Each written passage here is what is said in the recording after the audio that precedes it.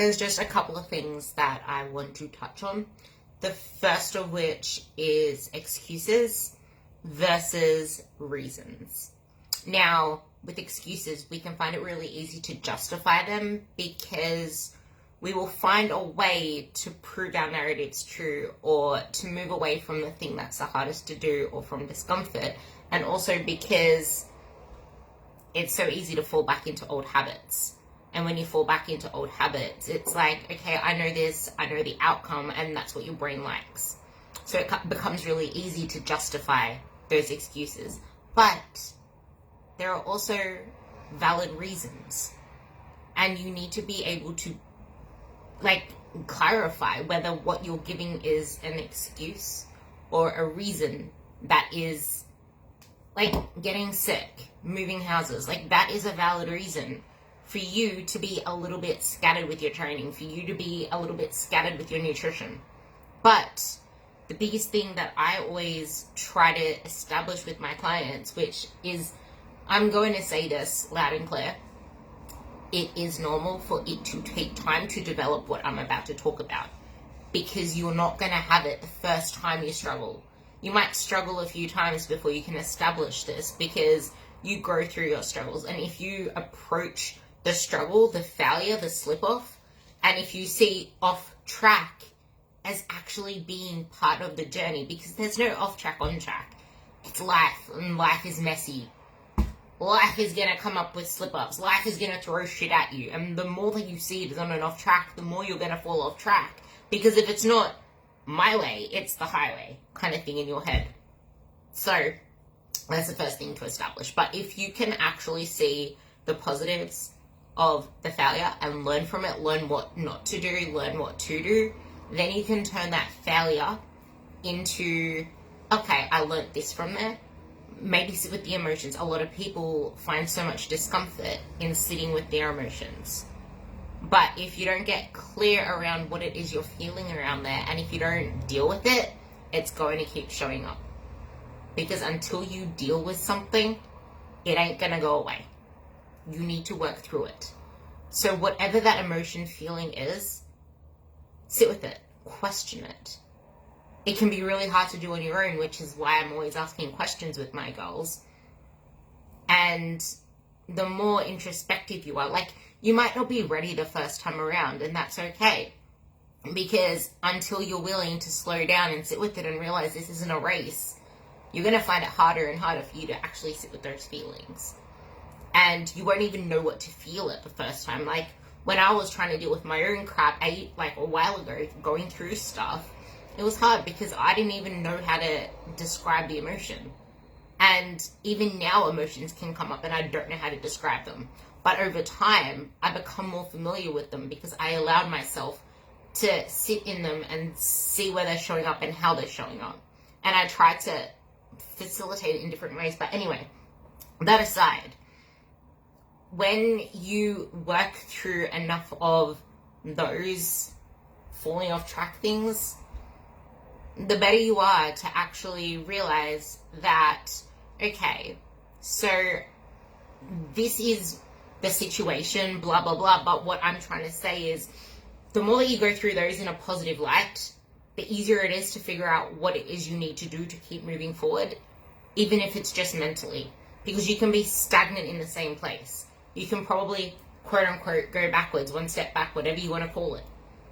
But you're not really going back if you're mentally still going forwards. And what I try to establish with my girls is the minimum effective dose.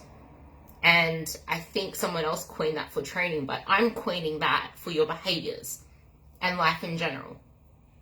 You want to find your minimum effective dose that you can do, regardless of what it is, to keep yourself moving forward mentally. This can even be as simple as making sure that you have a bedtime routine. And even if it's as simple as starting the day with you by sitting on the toilet, because I'm sure everybody pees in the morning.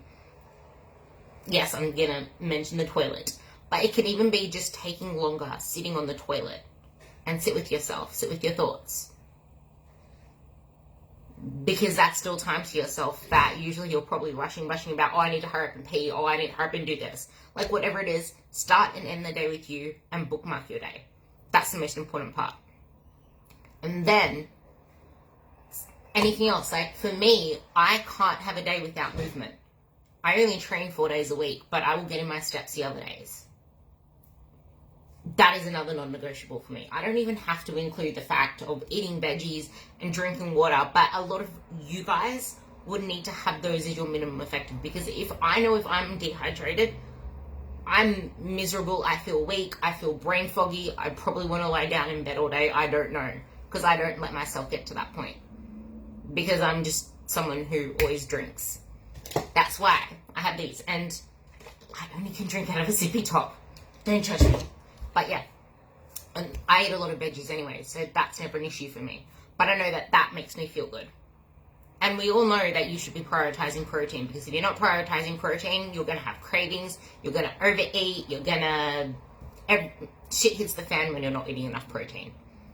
So, minimum effective dose. The other thing I wanted to talk about is a post that I put up in my stories on Instagram, because I got asked why I do what I do and if I love it, and I'm like, I can't even express it. Like, I love what I do that much. It's not even a question. It is me. Like, my coaching is an extension of me.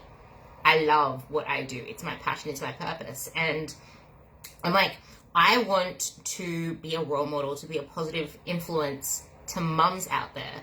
This is the most important part, because to like anyone out there, not even mums, because I want to make women strong, badass bitches, like badasses. I just want, this isn't just physically, this is mentally, because your body is a byproduct of everything that goes within you and around you. It's not something you can physically control, because you can't control what your body does, but you can do things that influence what your body does. And the more that you fight it, the more your body's going to fight you back. And I was there. I was hammering at it, trying to get rid of my stupid belly that I freaking hated. And I felt like it was just getting fatter and wider, and my body was just moving in the opposite direction, and I was forcing it harder, and I was just moving that way more. You can't force that shit. But with all of this, the obsession that we grew up with in, like, especially our parents, because whether it's you or whether it's your parents or whether it's both, there was the Weight Watchers, there was the TV shows, apparently this one called TGIF, I don't know, but there were all those things that put such a hyper focus on women's bodies, magazines, and then there's Weight Watchers and all these other things that always said, oh, try this celebrity diet, oh, this weight, oh, that weight, plastering weights. Like, I actually remember having magazines with, oh, she went from this kilos to this kilos, oh, she went from size this to size this, everything fucking numbers. And it just gets us into this world of just thinking about our body in terms of numbers. And it becomes this hyper obsession. And then your kids watch you growing up with this mentality. And it's not, the most important part though, is that it's not just the body that I'm trying to influence here and the way that we pass that on, but this perfectionist mentality of trying to do everything all the time and trying to be this busy bee. Because cost of living is going up, 1, 2, we try to please every Tom, Dick, and Harry on Instagram, on social media, showing that, oh, we can do everything. Oh, our life is fabulous. Oh, look at me. I'm the best mum ever. Oh, look how wonderful my kids are. Oh, look how wonderful my grandchildren are. My whatever. Like, we put this facade on. Well, not even a facade. It's just like something that we do because we want to look like we're that part. We want to show up for the world. And if it's not that, it's our body image. We want to show that we're getting the results. We're winning. We're worth this. We're worth that. We can get external validation. Oh, you look really good. And then to make matters worse, we always, like, one of my clients put up a post on this, and it was the most amazing post I've read from one of my clients. It was around, okay, we always get rewarded for our outcomes of everything at school, things that we do, but we never really get rewarded for the effort we put into things or for the right intention we put into things. So everything becomes do. And then when you're such a busy person, not putting yourself first, not investing into yourself, Whether it's investing in a coach, investing in doing the right thing for your health, investing in taking the paces and not putting so much focus on the external, you might not be teaching this to your kids, but they're seeing it. They're seeing, oh, this is what life should look like. This is what I should look like as a mom. Being so busy all the time, not putting myself first, making sure that the kids always come first, making sure that family's always first, and it's never me. And it's such a hard thing, for people to understand and for even to take in, because it's harsh. But at the same time, think about that. Think about it. Your kids are watching you run around, being crazy, trying to do all these things, putting yourself last. And that's the mentality that they are seeing. Hardworking. I need to be hardworking to be successful. And it's why it's so important that you need to put yourself first, because that's putting everyone else first. It's not saying, okay, don't worry about anyone else, because that's the point. You do want to look after everyone else, but you want to look after yourself first. Anyway, that was just a dual rant because it was too much to type, but I'm still going to type it up. Just had to get it off. But yeah, if you relate, let me know. If this resonated with you, let me know. If this is something that you struggle with and you would like help with, and you realize that you actually want to change your life for the good, let me know. If you don't want to comment, that's fine, because I also realize that people who are still struggling don't like showing up and commenting and being present energetically or physically, because everyone who does that, here's another thing to remember, everyone who's showing up, everyone who's liking things, commenting on things, looking like, hey, I aced this. Because I realize that when I ask questions sometimes, those that are already nailing it, oh my god, this used to be me, now I passed it, I'm going to comment, I'm so awesome, I passed it. I'm seeing that everywhere now.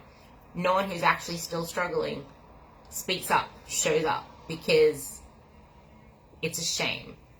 They're going to judge me. I can't believe I still don't have my shit together. I should have my shit together already. Stuff you see always.